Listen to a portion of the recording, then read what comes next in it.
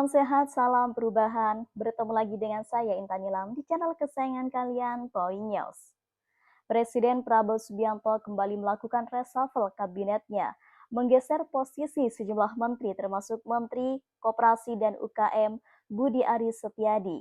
Pencopotan Budi Ari menjadi sorotan publik karena selain diduga kuat terkait dengan kasus judi online atau judol yang sempat menyeret namanya, keputusan ini juga memantik kritik terhadap praktik loyalitas politik yang dinilai mengalahkan aspek kompetensi dan integritas dalam menempatkan pejabat. Pada reshuffle yang diumumkan hari ini, Menteri Sekretaris Negara Prasetyo Hadi dan juga Sekretaris Kabinet Teddy Indrawijaya secara resmi menyampaikan bahwa posisi Menteri Koperasi kini dipegang oleh Ferry Juliantono menggantikan Budi Aris Setiadi. Reshuffle Pak. Iya Pak, infonya hari itu ini Pak. hak prerogatif presiden. Ya udah nggak apa. Tapi reshuffle nggak sih Pak? Hak prerogatif. Bawa belum dapat infonya Pak. Belum. Kita kerja aja ngurus rakyat ya. Sekarang mau ke istana nggak Pak? Istana bagaimana Pak? Apa? Ke istana. Apa? Sekarang mau ke istana Pak? Enggak, belum. Belum ada pemberitahuan. Kenapa? Kamu bikin isu sendiri. Enggak Pak. Oh. Konfirmasi aja. Ya. Makasih Oke. Pak Budi.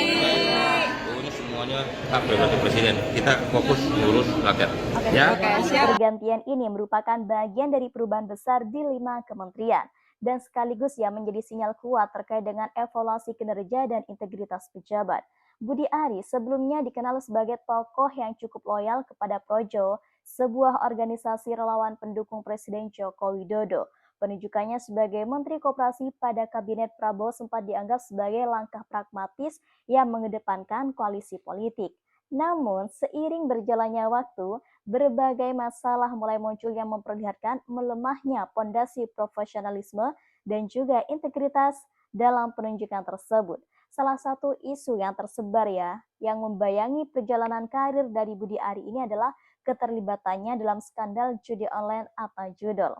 Pada masa jabatannya sebagai Menteri Komunikasi dan Informatika, namanya tercantum dalam sejumlah dakwaan yang mengindikasikan adanya praktik perlindungan terhadap situs judi online dengan jatah komisi mencapai 50%. Yang meskipun Budi Ari ini membantah keras tuduhan ini dan menyebutnya sebagai narasi jahat yang sengaja dibuat untuk menjatuhkan reputasinya, publik dan kalangan pengamat politik tidak bisa menutup mata terhadap sejumlah fakta persidangan yang telah terungkap.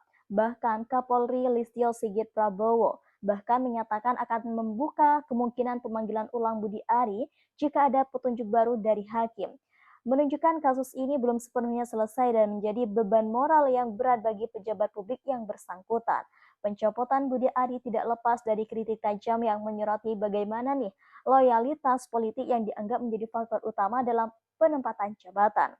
Ya, banyak pengamat politik dan masyarakat luas yang mempertanyakan apakah pengangkatan dan bertahannya Budi Ari ini di kabinet hanya karena kedekatannya dengan kelompok politik tertentu, bukan karena rekam jejak dan juga kompetensi di bidang koperasi dan UMKM. Bahkan pengamat politik Saiful Anam dari PRPHKI menegaskan bahwa penunjukan pejabat harus berdasarkan dari meritokrasi, kemudian bukan politik transaksional. Jika tidak, maka sektor penting seperti koperasi dan UMKM akan terus tertinggal. Netizen di berbagai platform media sosial juga ramai menyambut kabar pencopotan ini dengan lega. Mereka ini berharap pengganti Budi Ari, Ferry Juliantono ini dapat membawa perubahan dan membuktikan bahwa Kabinet Prabowo ini bisa lebih mengutamakan profesionalisme daripada sekedar loyalitas. Isu reshuffle kabinet ini telah menjadi perbincangan hangat di kalangan netizen dan juga politisi. Bahkan nama Budi Satrio Jiwandono, keponakan Presiden Prabowo sekaligus Ketua Komisi 1 DPR banyak disebut-sebut sebagai kandidat pengganti yang dianggap lebih bersih dari isu kontroversial ini. Bahkan hal ini memunculkan opini publik bahwa pergantian menteri ini seharusnya jadi momentum untuk menghilangkan figur-figur yang terindikasi bermasalah dan menggantinya dengan sosok yang mampu mengangkat kredibilitas pemerintahan.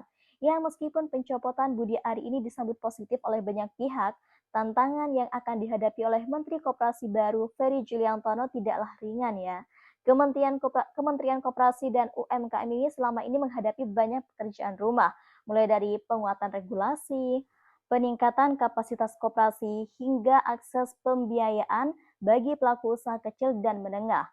Ferry diharapkan tidak hanya mampu memperbaiki citra kementerian yang sempat ternoda, tetapi juga membuktikan nih bahwa pemerintah benar-benar serius dalam mendukung pertumbuhan sektor UMKM yang menjadi tulang punggung ekonomi nasional. Pencopotan Budi Ari dalam reshuffle kabinet kali ini menjadi momentum penting bagi pemerintahan Presiden Prabowo Subianto yang menegaskan komitmen terhadap transparansi dan profesionalisme dalam birokrasi. Publik dan berbagai kalangan menantikan langkah konkret pemerintah dalam menempatkan pejabat yang tidak hanya setia secara politik, tetapi juga ya memiliki integritas dan kompetensi yang mumpuni. Kedepan, bagaimanapun Ferry Juliantono mengemban tugas di Kementerian Koperasi akan menjadi tolak ukur keberhasilan reshuffle ini dalam memperkuat sektor UMKM dan menjaga kepercayaan publik terhadap pemerintahan. Dinamika politik yang terjadi juga menambah dimensi baru. Apakah reshuffle ini menjadi langkah awal untuk membersihkan kabinet dari figur-figur yang bermasalah, sekaligus menyiapkan panggung untuk pembongkaran lebih besar terhadap kasus judi online? Pengamat politik dan hukum mengingatkan bahwa pembongkaran kasus ini harus berjalan transparan tanpa intervensi politik agar kebenaran dapat terungkap. Jika Budi Ari benar-benar menjadi dalang, maka konsekuensi hukum harus ditegakkan secara tegas sebagai contoh bagi pejabat publik lain. Sampai saat ini, Budi Ari tetap membantah semua tuduhan dan juga mengklaim bahwa dirinya ini menjadi korban framing dan narasi yang dibuat untuk menjatuhkan reputasinya. Namun, bantahan ini belum mampu meredam gelombang kritik dan kecurigaan publik yang terus menguat. Masyarakat luas berharap bahwa aparat penegak hukum dapat menugaskan serta menuntaskan kasus ini tanpa kompromi, sekaligus memastikan bahwa reshuffle kabinet bukan sekedar pergantian figur, tetapi juga justru wujud nyata dari upaya pemberantasan korupsi dan praktik ilegal di pemerintahan.